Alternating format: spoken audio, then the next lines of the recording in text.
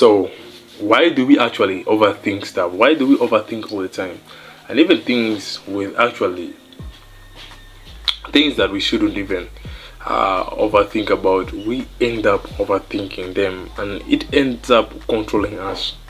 Trust me, logically, if you are the kind of person who have an addiction that you're actually battling, in most cases, logically, if someone is explaining to you, it feels very easy for you to quit your addiction. But trust me, it's one of the hardest things that you will ever face in this world. It might be gambling, it might be social media, it might be any other thing that you're actually addicted to. It's easy when someone is explaining it, and if someone is telling you to quit, it is very easy for you to feel like it's easy for you to quit, but it's not easy. Addiction actually is something that you do on a daily basis, and it builds up in your subconscious mind. And when something builds up in your subconscious mind, trust me, it becomes part of you. You will start giving it more attention. You will start living with it.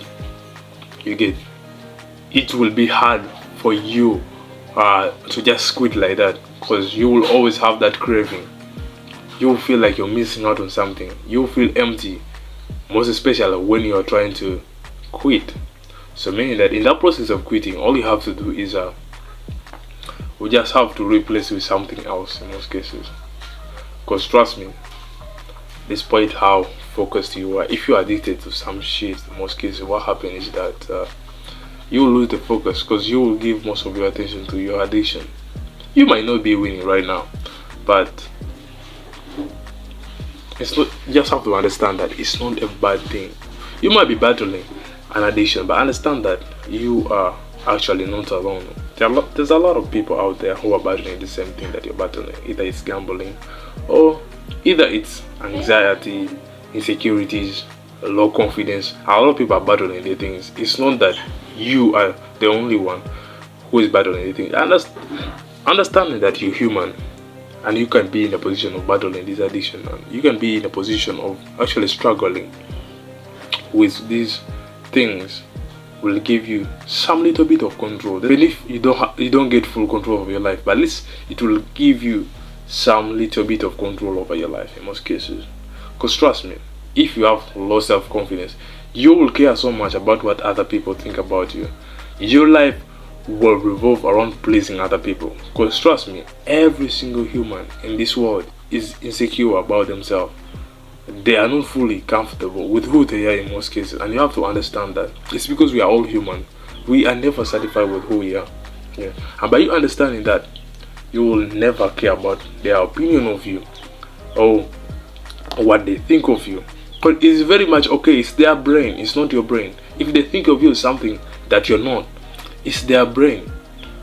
You should look at yourself and be like, and try to prove your point to them and telling them that what they think of you is not the real you. Trust me, they have already made up that version in their mind, and you can't change that. That's how they perceive you, and they shouldn't care about that. You get? So meaning that you have to be comfortable with who you are and take necessary steps. Even if you're failing, you have to keep on pushing and take necessary steps in order for you to become the person that you want to become. We will not all become the people perceive us to be. You get?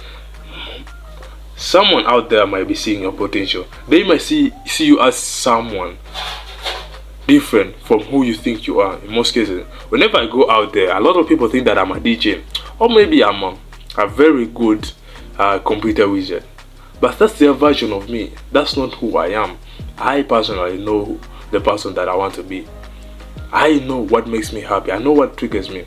But every single individual out there have their own version of me in their brain, and it's not a problem. So if they come in contact with me, they will get to understand who I really am. But if they just keep on holding on to the version of me that they have in their brain, it's not a problem. That's how they think of me, and it's not a bad thing. So meaning that something can actually bother you.